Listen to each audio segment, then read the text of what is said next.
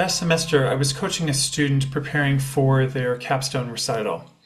They were used to showing their work as a performer, and so we spent a lot of time rewiring that instinct through the development of clear given circumstances, action objectives, and obstacles.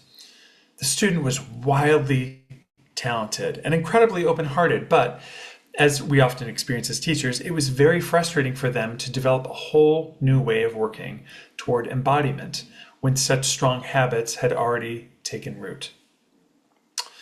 One of the ways that we were able to keep moving forward was through the use of humor. The student had a fantastic sense of humor, and even when they were frustrated, they were able to laugh, reset, and try again.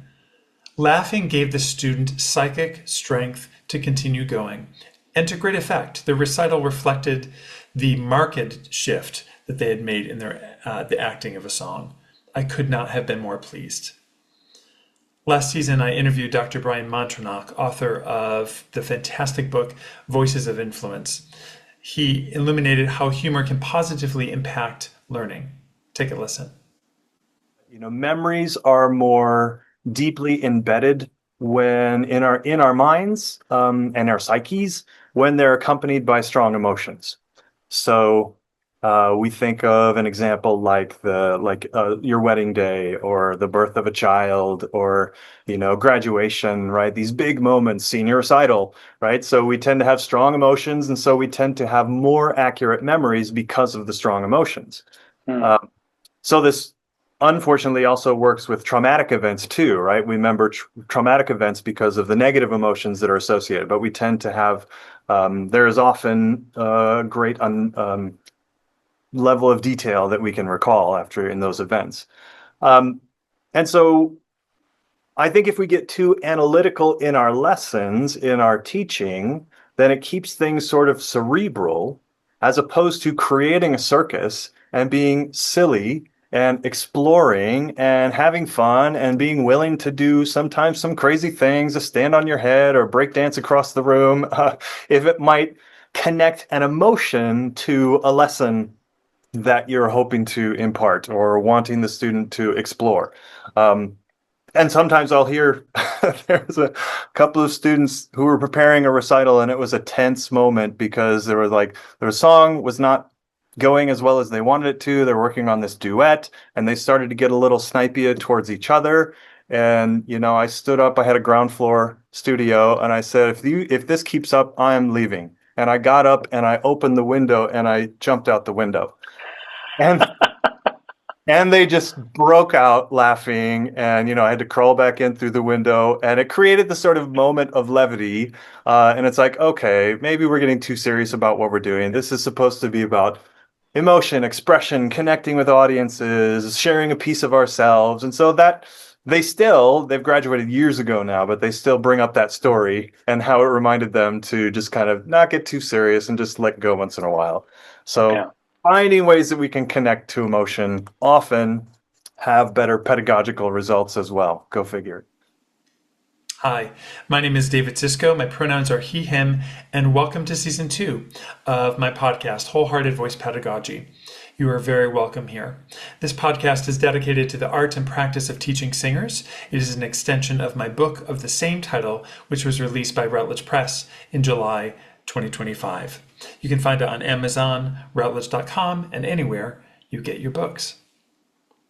Today, we're going to talk about humor as a pedagogical tool and as a means of self-care for the voice teacher.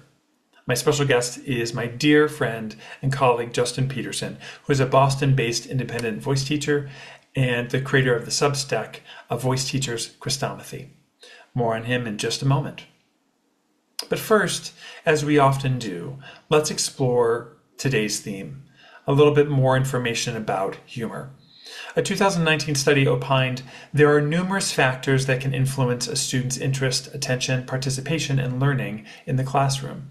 Interestingly, one element of human development and neuroscience that has predicted academic excellence is often being overlooked by the teacher, and that is humor. In a 2020 article in the International Journal of Integrated Teaching, researchers write, The possession of humor for a teacher is, first of all, the ability to improvise, maintain a friendly atmosphere in the classroom, and interest in the subject.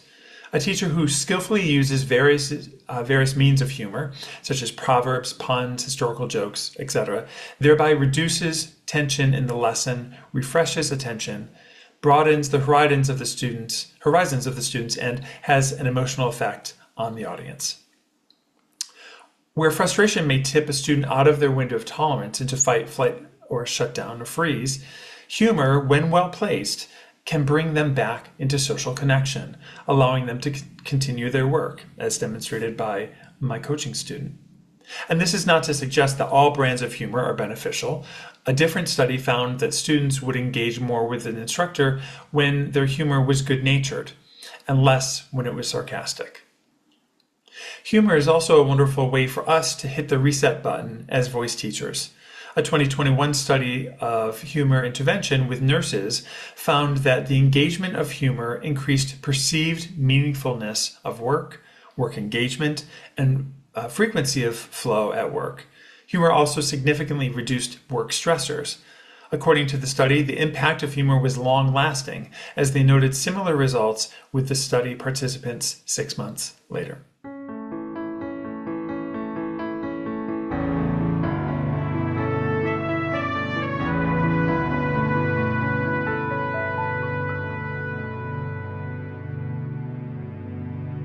I'm so pleased to welcome back to the podcast my dear friend and colleague, Justin Petersen. Justin is an independent voice teacher based in Boston, Massachusetts. He is the lead vocal coach for My College Audition, where he coaches students on all aspects of musical audition preparation for the competitive college audition process. His studio in Boston consists of actors, dancers, and singers of opera, oratorio, musical theater, pop, and rock. Justin is also a prolific writer on historic and contemporary voice pedagogy and training. He writes a Substack entitled A Voice Teacher's Chrestomathy, which aims to distill and collect some of the best writings on voice training alongside practical application. I want to highly recommend this to you. Get on his email list. It's a fabulous resource. Justin, welcome back to the podcast. Thank you for having me. It's, I feel so loved because, when people want you back in their house, it's always a good sign. Yes. Well, I decided that I'm not going to, as a general rule, have repeat customers on the podcast, but I have decided that rule is to be banished for you. Well, yay! Every season there has to be a Justin Petersen episode. Noblesse oblige. That's awesome. I just thought also that you'd be the perfect person to talk to about this because, one, I just think you have such a great sense of humor. And I was just kind of wondering if you could talk a little bit about where that came from, if it was, your mom, dad, part of your family lineage, or... I think for me, it comes from my parents, for sure. My parents both had wonderful senses of humor. In fact, my whole family did. I think the entire family had a great sense of humor. I can remember as a kid just remembering how much I loved laughter, how much it was just almost intoxicating. And it's a wonderful sense of safety in laughter, right? Because if we're laughing, we're having a great time, everybody's cool, And I can remember as a young baby, I imbibed a lot of television as a child, and I loved commercials. So I think once we were in the bathroom doing something, and she was like, "Oh, you're just a little turkey." And I said, "Yeah, I'm a butterball." And she just laughed and I thought, oh, laughing. And I think that was where the seed kind of got planted, that being funny is fun. It's fun to laugh, and to this day I love laughing. It's one of my great joys in life. But yeah, that. no, I think it's from my family. They weren't uptight at all. My mother was very much against pretentiousness, which I think to this day I'm still very much that way. And yeah, I just came from a long line of laughers. I think we just all laughed about things. Yeah, for sure. That's great. Do you find that was not only a way of of just enjoying each other, but Oh yeah. also a way of overcoming, maybe too. Oh, I think so. Well, I mean, like we can get into that as a coping mechanism for sure. I mean, it can be, right? Sure. Awkward laughter is real. um, no, I was going to say one of the in terms of voice teaching and voice training, one of the things that really affected me was when I was a freshman at school, my mom got diagnosed with cancer. Mm. And one of the ways that I dealt with that was through humor, just taking things a little bit more in stride. You know, when you are facing such a serious thing as cancer, nothing else kind of matters. So things that normally you would not, that you would spend a lot of time worrying about, you're like, this doesn't matter in the scheme of things. Really, this doesn't matter. So you can take things with a much lighter hand. Um, so that really was humor was a savior for me in that way, and it got me through a lot. And I was very lucky that in my vocal training, I found that I liked to be funny. I found that I liked to do humorous things, and the roles and things that I got to do were very much in that vein. So like things like a Papageno or different various characters that were just sort of over the top, bigger, like Coco from the Mikado, just very huge, broad comic characters. And I just had a ball doing that. And I loved, loved, loved making audiences laugh. The Merry Widow, that was another one we did, where you just love to make an audience happy. You just love to hear that laughter coming at you. It's like love, you know what I mean? It really Yeah. feels like love to come at you. So yeah, so it was absolutely for me a way to deal with very uncomfortable stuff, you know, in Yeah. life. Yeah, for sure. Did you find, or can you recall maybe a moment from your training where you felt your teacher used humor in a way that maybe created connection or even vocal growth? Oh yeah. Um, my so after after my freshman year, my sophomore year was over, and my mom passed away when I was 20 years old. And my voice teacher, God bless her soul, I went to school in Iowa, but I lived in Kansas City, so it was about a 3.5 hour drive. My voice teacher drove down to my mom's funeral. Like she got in a car and drove 3 hours to come to my mom's funeral. Wow. And boy, howdy, was that something. But then that fall, I went back to school, and it was going to be hard because really my loyalties were at home. I wanted to stay home. I did not want to go back to college. I wanted to stay at home. But all my family was like, you have to go back to school. You have to go back to school. So I went back to school. And one of the things that I did, this is very interesting, I knew that it was going to be hard for me. So I set a boundary about what I would and wouldn't do as far as going back to school and participating in certain activities. So one of the activities that are the extracurriculars we had at my school was a madrigal ensemble. And the madrigal was a very high level, elite musical experience because there were almost all the the high talented voice majors were in it. It was kind of a way to curry favor with the dean of the program, and it was very his pets, if you will. And I decided coming back that the load of that experience and we learned I think 200 songs in a year. I mean 200 madrigals in a year. I mean it was on a level that you just cannot imagine. And some years we would do madrigal dinners, and it would be 2 hours of madrigal singing of all different shapes and of varieties of music: French, German, Italian, English madrigal. I mean, it was the We did a magical dinner once at SU, and I was like, "Woo!" It was a lot of. It was amazing, but it was a yeah. lot of work. And we really did it as though it was an actual. You were going to a lord's manor. I mean, it was Yep. there was spruce everywhere. There was only lit by candles. There was no sort of real lighting. It was beautiful. It was beautiful. But to get ready for that was a lot of work. Yeah. So I knew that was going to be probably happening, and so my junior year, I bowed out of the madrigal. I just didn't go and audition. And I was in my voice lesson, and my voice teacher, Anne, said to me, Dr. Larson is very mad at you that you didn't audition for the madrigal. And hi, people pleaser, right? People pleaser extraordinaire. Someone doesn't like me? Oh no, high alert. So I started sobbing in my voice lesson because I was so upset. And I told my voice teacher, I said, isn't it enough that I'm here in school? I mean, isn't it enough that I've come back after the death of my parent to just be here? And I'm just trying to deal with things when I really want to be home with my family. I don't even want to be here right now. And my voice teacher, seeing that I was so affected, started crying too. So here we are, both of us, blubbering messes, right? We're both crying. She's upset because she's upset me. And I adored my college voice teacher. I adored her with all my heart. And then, of course, the ridiculousness of the situation then is that we're both sitting in this lesson, we're sobbing.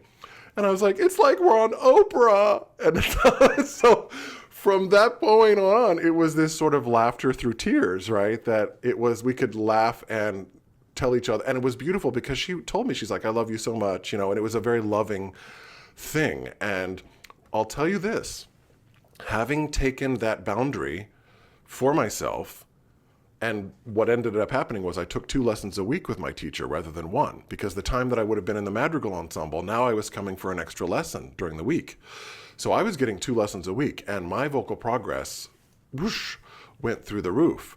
So sort of, I wouldn't say humor directly made that happen, but in a way it did, because I stuck to my guns. And I can't believe at like 20 years of age that I look back on that now, I go, look at you with your guts, to be able to say no when you were, probably going to be forced into that ensemble. And I said, no, I don't want to do that. So I'm actually proud of myself that I did that. But that sort of camaraderie in the lesson, that sort of shared empathy, that shared sympathy made for great vocal progress, because boy, howdy, when you're emotionally available in that way with your teacher and your teacher with you, you do absolutely feel a sense of safety with them. Yeah. 100%.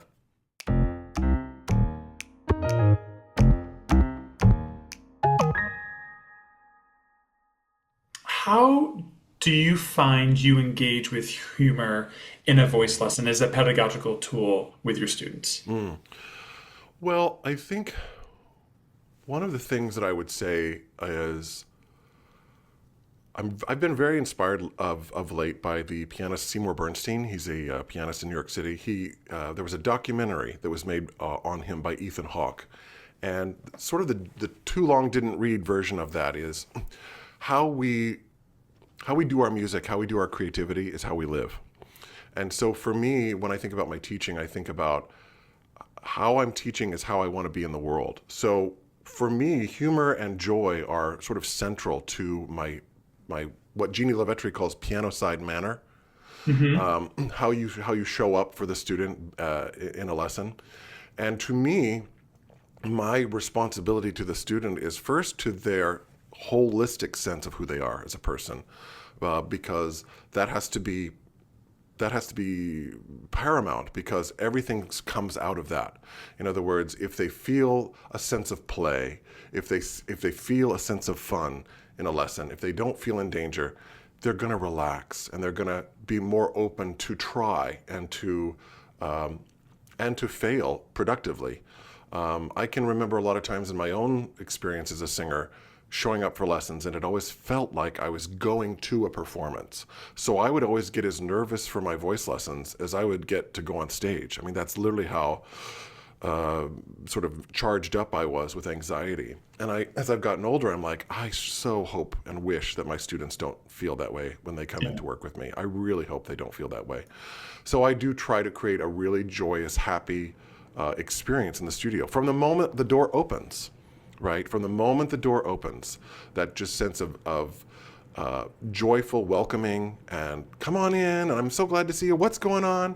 And spending that time to just really connect with them on an emotional level. So for me, it's a huge part of just the spirit of the hour with the student. It's how the hour is conducted. When I think students are willing to laugh and be lighthearted, they are more willing to take risks. They're more willing to take risks with things. Yeah. I know there is maybe a psychology of discipline, which I totally embrace about the work, but we often think, the severity of like the rapping on the fingers or, these kinds of hard disciplinarian things, which are still happening, by the way. I mean, I still hear stories of this kind of approach, of what I call a fear-based approach to learning. Yeah, right. It's a fear-based approach to learning, which I think we've done studies on this, that people do not learn when they're in a state of fear. There's no Yes. possibility for learning in a state of fear. So humor and lightheartedness and joy and happiness to me are mitigators against those things. So yeah, I think it also, the idea of humor, it can override the critic. Do you know what I mean? We all have that inner critic where... I don't know what you mean. Oh, No, really? Oh, I don't you're have so that. lucky. Oh my gosh, I'll have to send you my subscription. You can get it for free. I'll give you Oh, a free please. subscription. Yeah. The inner critic. So much fun. Just always there, like the backseat driver. But but when students, when they're laughing, or that fear of sounding bad, right, which we always deal with. It's like, oh, I messed it up. I didn't do it the right way. Humor and diffusing that, I think, is really important, because again, I come back to Seymour Bernstein, where I say, how we talk to ourselves and treat ourselves when we are in the act of our creativity is also how we're going to show up in our lives. Yes. So for me in the lesson, it's a way to also bring awareness of self-abuse that also is probably going to be showing up in other areas of their life as well. Yes. I really do believe this work is a way to integrate. I absolutely believe that. And I just want to pick up on something that you're already saying, but I just want to name it more wholly. And that is, we are training our students to what we're doing lessons, to have that own grace and that sense of joy and humor, and bring that to their practice. 100%. Which is, as we've discussed, both here and elsewhere, a lack of resilience is I think often key among our demographics. And so humor is an important tool, not only in the voice studio, but we're using that and getting them to understand that if they can bring that sense of humor to the practice, they're going to have the resilience they need to have, right, to continue growing. I also want to speak into a psychological phenomenon of transference. Right. Yeah. This is something that we've known since the days of Freud, where we relate to other people based on relationships that we've had with other people. So even if you meet someone new, there's still something of a transference there in some way from previous relationships. What I have come to understand through all of my own therapy and work is that we as teachers live in the heads of our students. We are another voice in their head. What kind of voice are we putting into our students' heads? Right? What are they going to hear? What are they going to hear from us when we're not there? Right? I've even come to a place with my own therapist where I give her name and I say, oh, I've got my Dr. So-and-so brain. Because now I've had so much work in that space that I can now cognitively assess something as I'm experiencing it based on my previous experience with my therapist. So we as teachers, and if you don't think we leave imprints on the human heart, we absolutely do. So I'm always trying to leave beautiful handprints on my students' hearts, because I don't want them to suffer. I don't want them to feel less than. I don't want them to feel not good enough. That's a horrible burden to bear. And I want to relieve them of that in a voice lesson, because if we can get that out in a voice lesson, more than likely we can get that out in their regular life as well. We can get rid of that as well. Yeah. So I'm big on being the positive voice in my students' heads. Because they'll be sitting at a piano and they'll think, oh no, and if they're afraid of you, right, or if you have a shame-based way of teaching, they're going to beat themselves up. I'm not good enough. And that can last even to a professional career. I mean, I've had, because of the way I was trained, which was sort of based in fear, I would go into rehearsals. I had an experience recently where I was in rehearsals for something, and with all these Broadway professionals, and I'm like, wow, I'm in the room with these amazing talents. and I was doing whatever I was doing in the show. And I can remember, maybe I didn't do a foot movement right, or maybe I didn't get the choreo right, or maybe I dropped a line. And I would just begin this process of self-flagellation, just beating myself up. Meanwhile, here's all these Broadway talents, right, that are they go up on a line, oh, I forgot the blocking, and no one's screaming and yelling, right? And I told myself, Justin, if you were the teacher to yourself right now, if you were teaching yourself and you were the teacher and you were the student, what would you say to yourself in this moment? And I would say, gee, all these Broadway talents are making mistakes too, and nobody's yelling and screaming. And I'm a human being just like they are, so I can make mistakes just as much as they do, and it's going to be okay.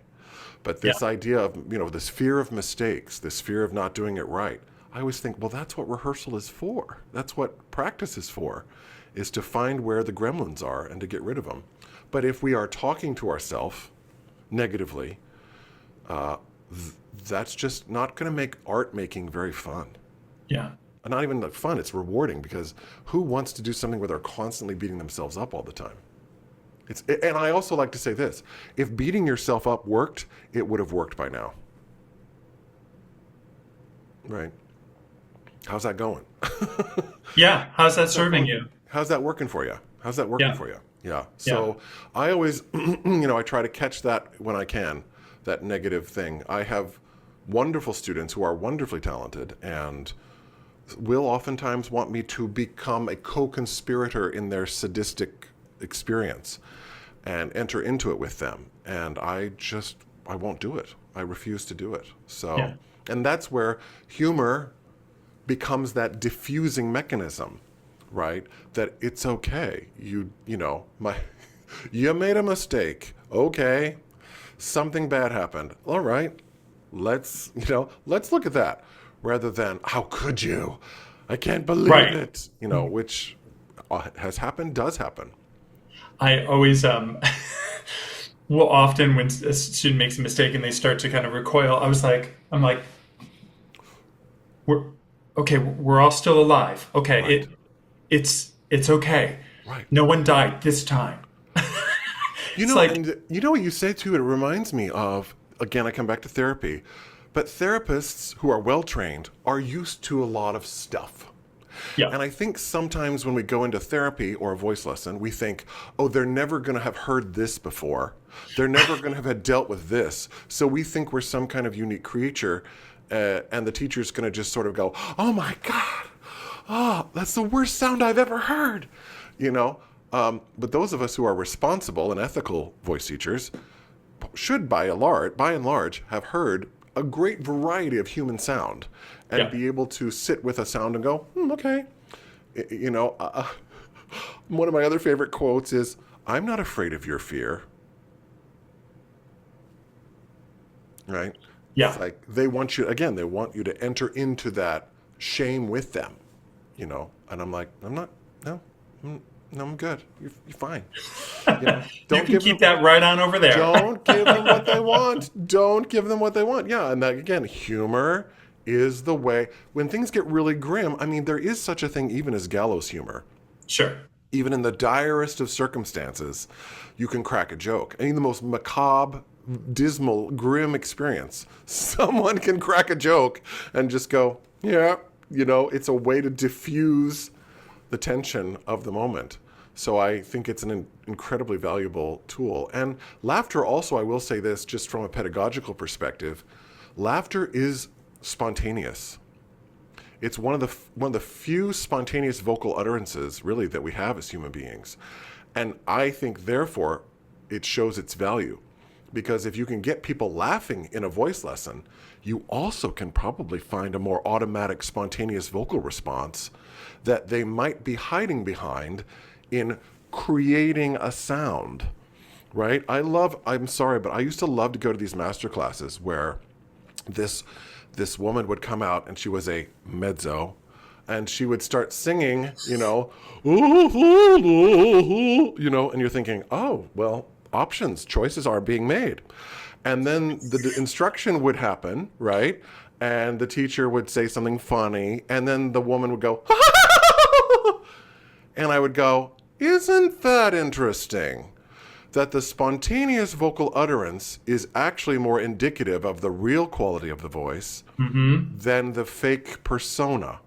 So this is where I beat the drum for the primal sound people, right? The idea of primal sound, which, as far as I know, came from Orrin Brown at Juilliard, and then has been filtered to us today through Janice Chapman in her book.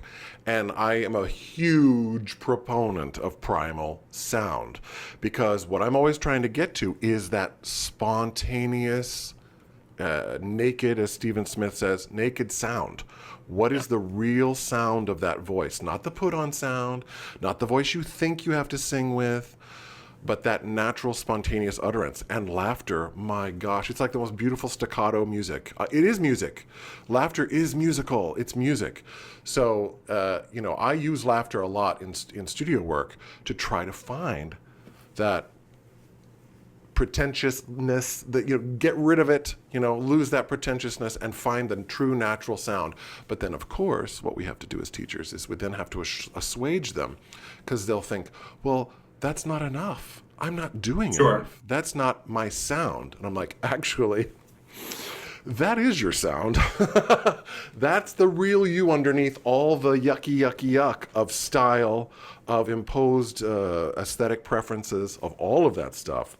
So getting to that seed is really facilitated by laughter or different kinds of primal sound. So huge fan. Love that. I talk about tearing down all the scaffolding that we build around what we think it should be doing to get to that seed, as you said. I love that. Because we all have a faulty self-concept. That's the thing I don't think we all understand. Our concept of who we are is very, very limited. Actors who study in good, with good teachers learn that pretty quick. Because as you're learning to play on other characters or become other people, you have to sort of expand your sense of who you are, which acting may be the few professions where people need to really look at their sense of who they are as a person. So we don't have a good sense of who we are as human beings. And so when we can expand that sense of who we are, that's always a good thing. And often preconceptualization in singing is what gets a lot of singers into trouble. This pre-concept of who I think I am in my voice, and so therefore I'm going to give you this particular kind of a sound. A lot of us do it really well because we're really good mimics. We can mimic really, really well, and we have an innate intelligence to do that. But unfortunately, we're working counter to nature because it isn't the natural operational function of our voice. And it takes a lot of courage to be honest about your voice, for sure.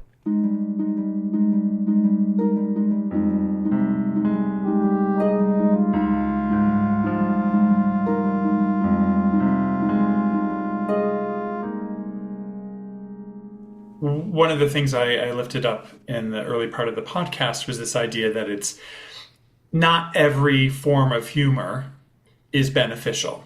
Right. And there are times where obviously humor is not, it can, so for instance, sarcasm, right, can actually create more disconnection than connection. Yes. And there are times obviously where humor is not going to be a helpful pedagogical tool in our toolbox. Can you think of an example of when that would not be helpful? Oh, yeah. I mean, humor is a tool.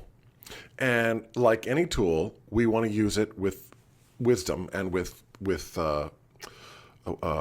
skill. If everything is, if all you have is a hammer, everything is a nail, right? So it requires emotional calibration with the student. It requires you to be emotionally calibrated. It does also require emotional intelligence, right? And this is, again, where I come back to this idea of teacher, physician, heal thyself, right? Get your house in order as a teacher psychologically so that you can understand and be in the moment with these students in the ways that they need. Don't enact your own stuff, right, onto your students. There have been moments, especially with students that are navigating maybe teacher trauma or high shame states, where that humor is not going to probably go in on that for a while. There's going to be a lot of I have a student now, and I tell her, "You're like my rescue kitty." You know, have you seen those? Have you seen those videos of like rescuing kittens, right? Where it's just like a feral cat in the corner, you know, and they slowly over time bring the kitty back to health. You know, humor is good, but it's like medicine. You've got to know any medicine, when to apply that medicine and when that medicine is not warranted. I've learned that humor can feel very unsafe for people when it's used too early or too broadly. I'm a person who is very friendly off from the jump. And I've had some situations where there was a temperament misalignment with me and a student, right? And that's normal. I think we all would, as teachers, would say, yep, I've had those students where the match was not there in temperament. And that's fine.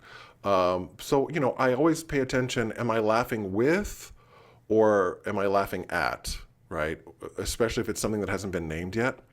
So I'm always, you know, voice teachers, we should be good observers. I would hope we would be good observers to notice subtle cues, notice facial expressions. I'm always watching those things.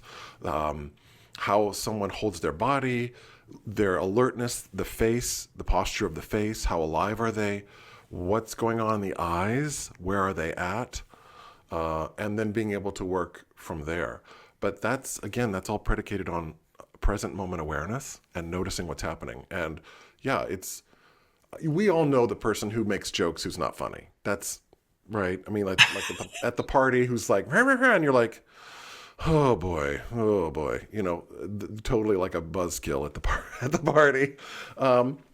So yeah, no, it's a spirit. You're not calling me out, are you? No. Okay. A spirit Rude. of joy always is what I say. A spirit of joy always. Laughing may happen, but we always want it to be joyful. Yeah. We want it to be a happy experience. I mean, and being goofy, that's the other thing too. Allowing them to be goofy is another way, you know, that they can be silly. They can find parts of themselves they may never know existed. I didn't know I was funny until people allowed me to be funny. Yeah. Do you know what I mean? I was allowed to be funny. You know, if we tend to do behaviors that are rewarded, we tend to engage in behaviors that get rewards. So, yeah, I think the bravest thing sometimes that a voice teacher can do is to be silent and allow. Yeah. You know, because I know from my own experience that being that healing presence is sometimes allowing the traffic to run and not feeling like you have to run out into the traffic, you know, because we're so much in the fixing mindset of trying to help our students. It's like, let the emotion, like weather. I love to describe it like weather. Yeah. You know, what's going on? Okay, we've got some emotional stuff happening here. And to be able to be with their emotions, that is why I have to be in therapy.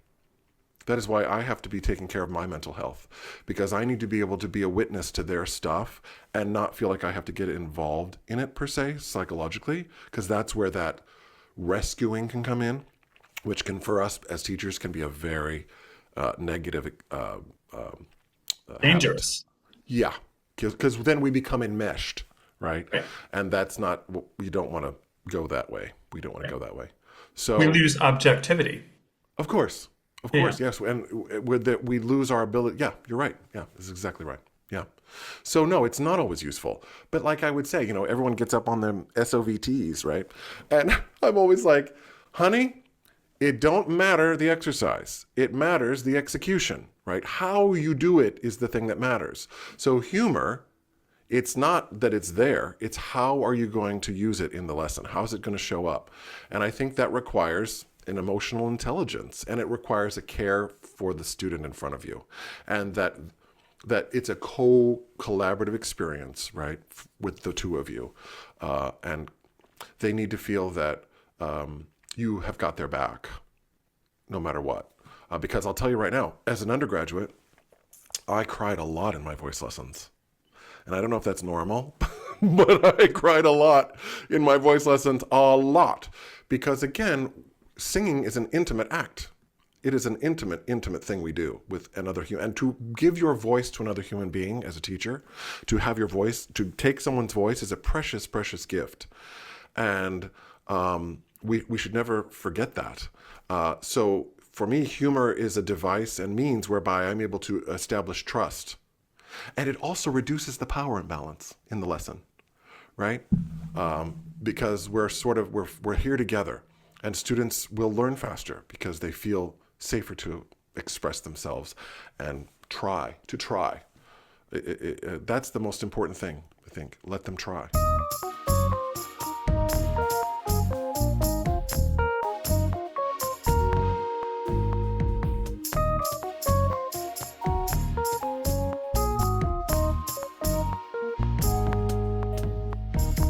One of the things you're calling on is the fact that as we've discussed before, we have to be so present to the student's current status of being, status, right? Completely. And that takes energy, that takes clarity, that takes presence, which costs, right? And so I was just wondering if you can talk about how you maybe engage in humor for self-care outside of your work with your voice students. Your inputs matter. Just let that settle. Your inputs matter. What you take in your life as a teacher matters. If you are constantly inputting negative stuff, negative information, constantly, that's going to seep into the sponge of your psyche and who you are and how you show up in a lesson. I would hope that as teachers, we should be the adult in the room. And so for me, when I mean inputs, is I'm constantly listening to positive things. I'm trying to follow positive content online. I love to see inspirational things online. I like to watch funny television shows. Golden Girls, hey, Golden Girls. So I'm always trying to put in funny, humorous, light things as well. And then there are those days when, yes, you just need to watch a slasher movie and you just need to watch something but it's about what are you marinating in, teacher? What are you taking in? What is your emotional equilibrium? What is your emotional weather?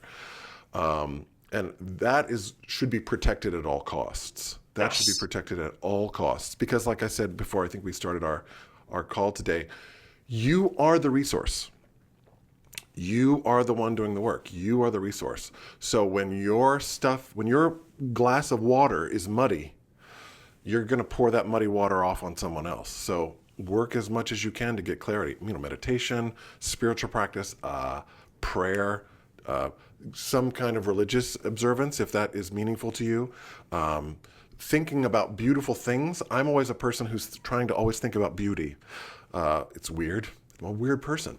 But I'm always trying to get into the space of looking and considering and thinking on beautiful things, whether that's music or sculpture or art or dance or poetry or nature, that I'm trying to do what Julia Cameron calls filling the well. What are you filling your well with? Yes. So I'm always trying to fill my well with good stuff, because it's easy to get pulled into the grip of paranoia and fear that seems to be so rife in our culture. And I absolutely refuse to do that. As I like to say, when you're following the sheep, all you see are assholes, right? So I don't have any interest in collectively going into a mania. I'm going because my space is a reprieve from the world. My voice studio is a reprieve from the world.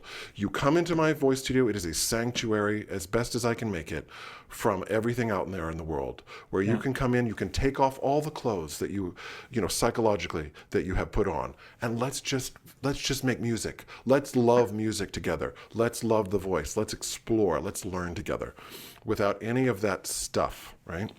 So I'm a big fan of teachers getting very clear, and we owe it to our students. And I'm sad to say that I have had more students than I care to name who come to me with a great deal of burden psychologically from previous experiences with teachers who did not validate them, or not even validate them, just care for them as human Yeah. beings, as you would care for even a friend. You know, Uta Hagen, who I'm always talking about, the great acting teacher and actress, she always admonished that we should teach and treat our students as future colleagues, because they very well may be our future colleagues. We may work with them again someday. So always treating someone with that sense of respect should be like the back of our hand. We should just take to that like a duck to water. So yeah, get clear. Physician, heal thyself. Yeah. This was a great conversation. It was Yeah. exactly what I was knowing it was going to be. So, thank you for just uplifting some really great things that are so central to our work Oh as yes. voice teachers. And I think too, this whole theme kind of came to me because of where we are in our world, in our society, Mm-hmm. in the seasons, Mm-hmm. at least, well, in most of our Yeah. country, we are plunged into cold and dark, and Mm-hmm. so I think it's right now, especially, it's so important for us to remember our the gifts of our humor for ourselves Right. and for our students' benefit. And, memento mori is the thing I always remember. Remember you're going to die. Now, is that grim? Maybe.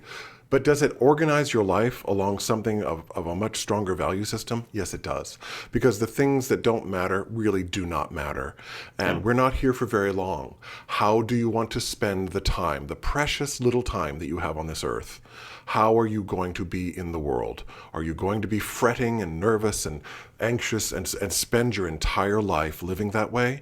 Or are you going to look to something better and more majestic beyond yourself to hold on to and to cling to and to enrich your life and to realize that it's all going to be okay anyway in the end? It's all going to be okay. And everything, if anything, love is the thing that matters the most of all.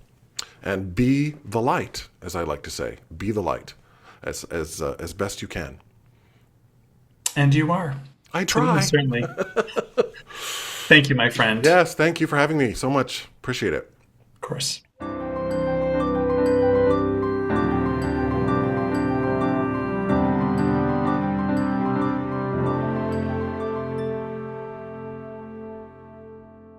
How and when do you use humor as a pedagogical tool? What kinds of expression of humor have you found create a connection and psychic energy to keep learning? Have you found certain expressions of humor that do the opposite, creating disconnection? Sound off. You can email me at wholeheartedvoicepedagogy@gmail.com, or you can find me on the socials. My handle on most platforms is at Sisco Songs or at Wholehearted Voice Pedagogy. I would love to hear from you. And you're here already, so why not subscribe? Look, we have some really cool guests coming down the pike. And so just hit that subscribe button on whatever corner of the interweb you found me. And I would love to be sharing all of the great things we're going to be talking about in the next couple episodes. More soon. Take care of you and keep laughing.